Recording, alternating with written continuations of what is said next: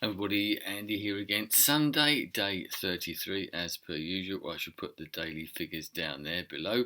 And yeah, the deaths up again. Talking about deaths yesterday, where how each one was personal, obviously, but getting sort of vaguely blasé about all these figures. But what was it? 813. That's a bit of a shock to the system, a bit of a rise there. And of course, that's taken us well over the 20,000 mark. We're now at 20,319. So not looking good at all. But apparently Boris is coming back tomorrow, so that might change things over here in that sort of limbo that I was talking about the other day, and maybe that things will change in that respect. And also down there, the album yesterday from 1981. I thought I'd do. I was talking about 80s the other day, so I thought I'd listen to a couple of 80s albums. And Dare by the Human League from 1981. That's a really good album actually.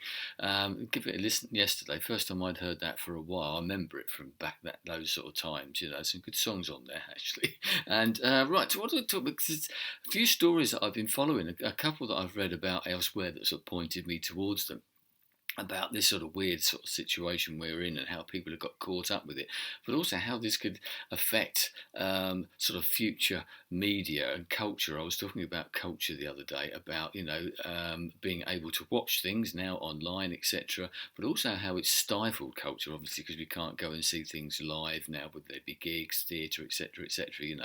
And but you can imagine what's going to come out of what's going on now. That's the point. We are living like it's the stuff of science fiction in a way. What we're doing at the moment is people wrote it. If people have written about this, and I know there have been books that have been mentioned that have talked about sort of pandemics or something along these sort of lines. I know you've got the really full-blown ones like Stephen King's The Stand, but that the sort of death rate in that was in the 90% of people. Obviously, we're not as high, anywhere near as high as that, as bad as it is, but they always tend to sort of make it a lot worse, don't they? So just about half of humanity or 90% of humanity gets wiped out. But we've seen what happens when it is just sort of a few percent. As I said, as bad as that is, we can see that smallish amount percentage can create complete chaos across the world, and it's changed a lot. Funny enough, I read listened to an interview with Stephen King talking about his new book, and obviously referencing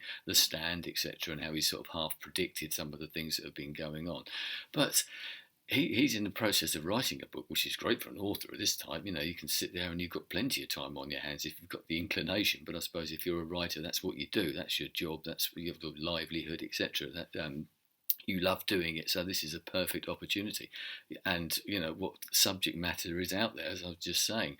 But he's actually had to change the book that he's writing at the moment because it was set in the present day, and a lot of his sort of characters were part of the plot was set on a cruise ship, so he's had to change that because obviously that's not happening at the moment. So it's affecting even things that are being written about now, and so he's just changed the cruise to 2019. But there could be a lot of things coming out of this, and music, art, theatre, plays, novels, etc., that people can write now. As I said, it wouldn't have been believed before.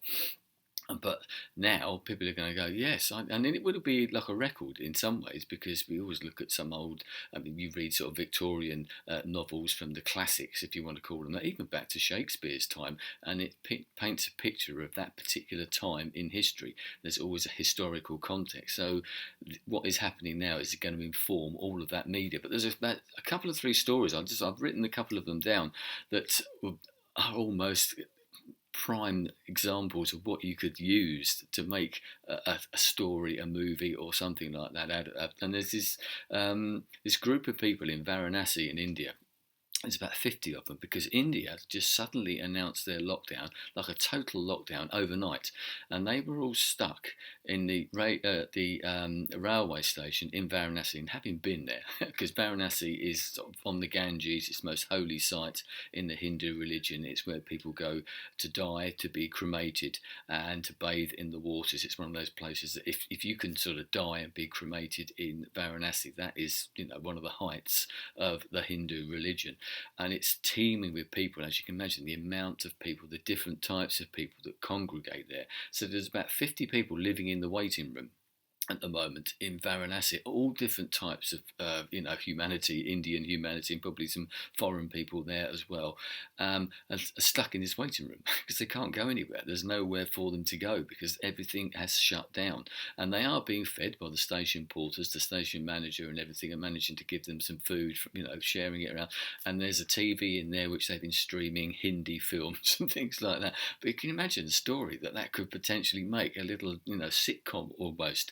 And another one is Matt Damon, the American actor, who famously was stranded on Mars in the film The Martian, which was filmed in the Wadi Rum in Jordan, actually. That's hence the sort of red, but they used that for that. He was stranded on Mars. At the moment, he's stranded in Ireland because he went over there to make a film, apparently with Ridley Scott, but it got cancelled, or it's been put off because of the lockdown that's happening across the UK and in Southern Ireland as well. And he's now living outside of Dublin, very well by all accounts. But so he's been stranded and enjoying himself quite well. Apparently, he's getting involved with the local community as best as he can. His family are thankfully with him as well.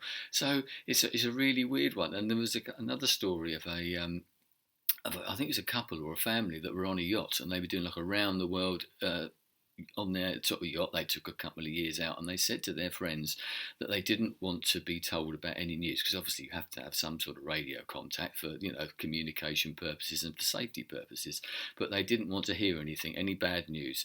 And they tried to dock in, I think it was somewhere in the West Indies or something like that, a month or so ago, and they weren't allowed in. Well, what's going on? And so they'd been away from all this. They hadn't seen any of the build up, had no idea what was going on. And then they suddenly launched into this. And they, as I said before, the stuff of science fiction, you couldn't make this sort of stuff up.